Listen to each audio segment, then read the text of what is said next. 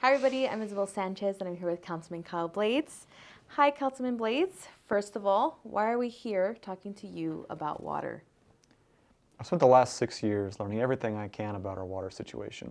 I serve as the alternate on the Groundwater Authority Board for Councilman Heyman, so I've had to study the facts, the opinions, the numbers, and I want to share what I've learned in a way that's easier to understand.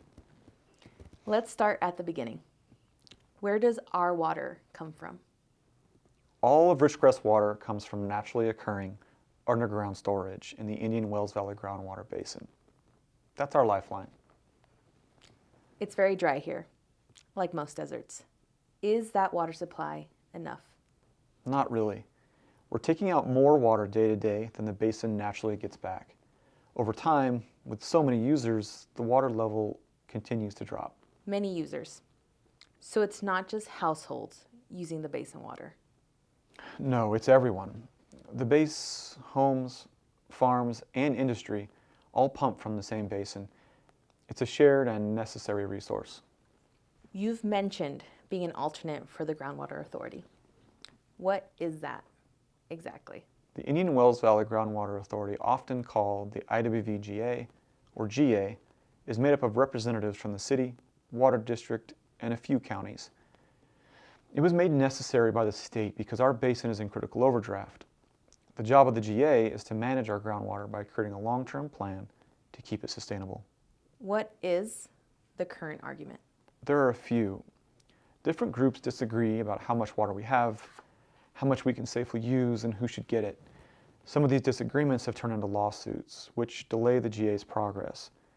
Well, in the meantime, the water level continues to drop, and the cost of fixing the problem keeps going up. Let's talk about the current state bills.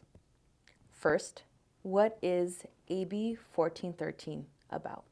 AB 1413 lets approved local groundwater sustainability plans in areas of California that have them keep moving forward, even during pending lawsuits. That's key to getting project funding and to avoiding costly litigation and delays.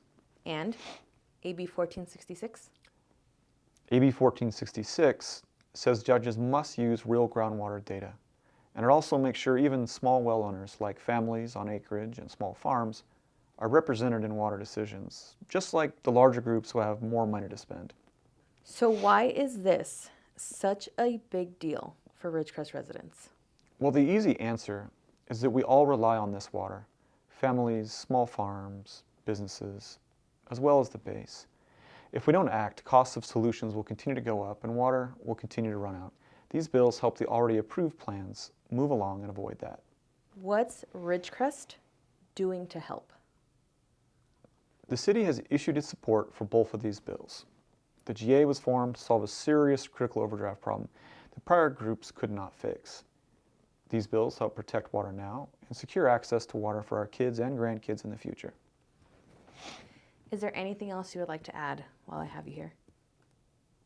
Yes, there are a few things that I'd like to add.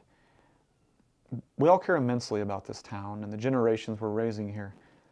Everything keeps getting more expensive, but if we ever ran out of water, or even just had to take on the burden of extremely limited access to it, the damage locally would be huge.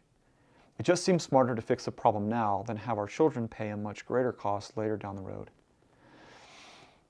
But I personally believe that at some point, we'll begin mediation with the water district and the other groups in this basin. And the conversation about differing ideas can be had, and we'll find common ground. I'm also hopeful that that's the same case for every stakeholder in our valley, that we're all going to end up rowing in the exact same direction. Isabel, I hope this helped. And if anybody has any comments, questions, or suggestions, you can email everybody that's on the City Council. Thank you.